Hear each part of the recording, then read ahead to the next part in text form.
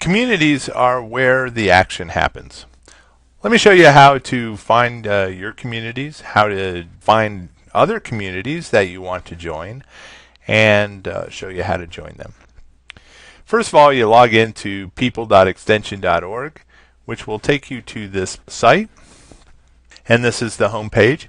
You could actually look for communities off of this page directly. But what we're going to do is show you where all the communities are organized, how to find them, and other important things. So to do that, you click on the Communities tab, and it will take you to this page, which lists the communities. This page is broken into many different parts.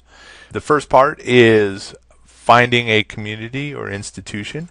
You could simply do a search. For example, if I was looking for bees, and do a search, and it would show me all the various pages relating to bees.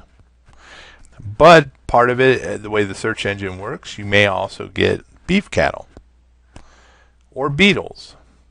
Okay, so you're going to have to weed that out yourself. Head on back. You can also, if you can't find the community you're looking for, there is an option to create a new one. And when you select that, you'll enter all the information relative to your community.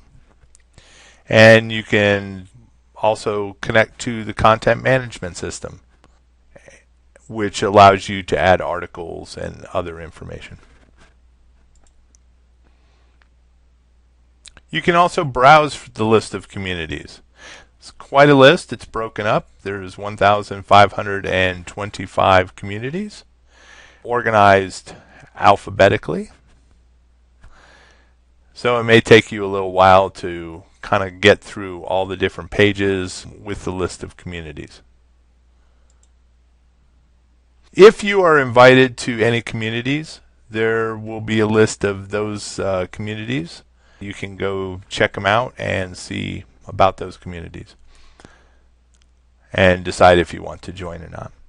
Under that, you have the communities you're actually involved in, communities and institutions.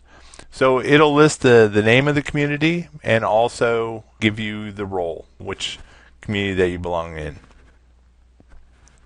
For example, network literacy. If I look at that community, I will find information about that community, what the idea of the community is. It lets me know that I'm in fact a member. The member options basically lets you leave that community. It tells you how many community leaders there are, how many members, how many invitations are out, with an option to join, invite others to join the community. If the community has mailing lists, it allows you to access those mailing lists.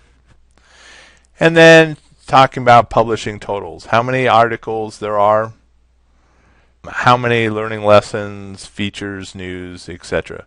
In order to access this information, you actually have to go to the Create page for the community practice. In this particular community practice, they actually provide a easy link to take you to that section of the website.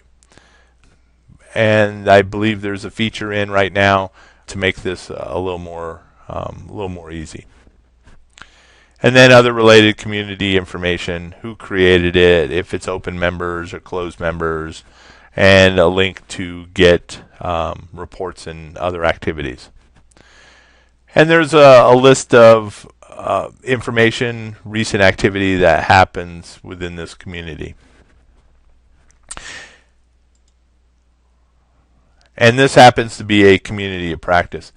Other communities that I may be in may not necessarily have a community of practice.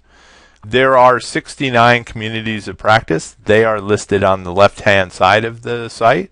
So they indicate, that particular community along with how many people are part of that community. So for example, bee health, by selecting that, would tell me that this is in fact a community of practice, and the same information I showed you. Whereas if I look at Moodle users, that is not a community of practice, and it is a user-created community. But it basically provides the same type of information indicating what kind of traffic and what kind of activity is going on. A number of communities are set up simply to create a community mailing list, an easy way of communicating through email to other members of the community. As we continue down the list, there are recommendations or lists that are just recommended that you become a part of, and you can review those and decide if you want to join. If I wanted to, for example, the Eden COP Moodle team, this is a user-created community. It's moderated membership, and if I was to join that, one of the options is I want to join this community, or I'm interested in this community, and so I can click on that indicating that I wanted to join, and it's moderated, which means I would have to be approved to join that, where there's other communities that are automatic, they're open communities, and that you can join pretty readily.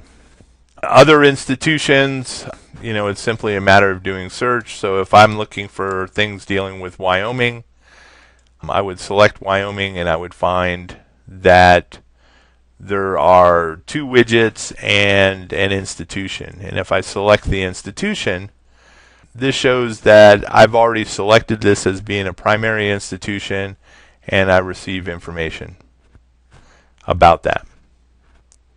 There are no mailing lists that are set up for this.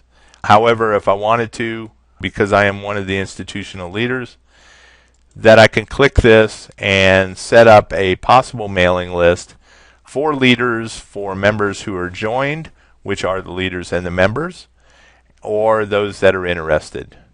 And it gives information on how to send to that particular list. And I simply select create, and I can create that list.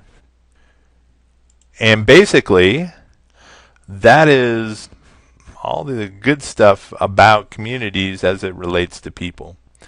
Where they actually create content, articles and news, that is over in Create, and we'll be talking about that in another session.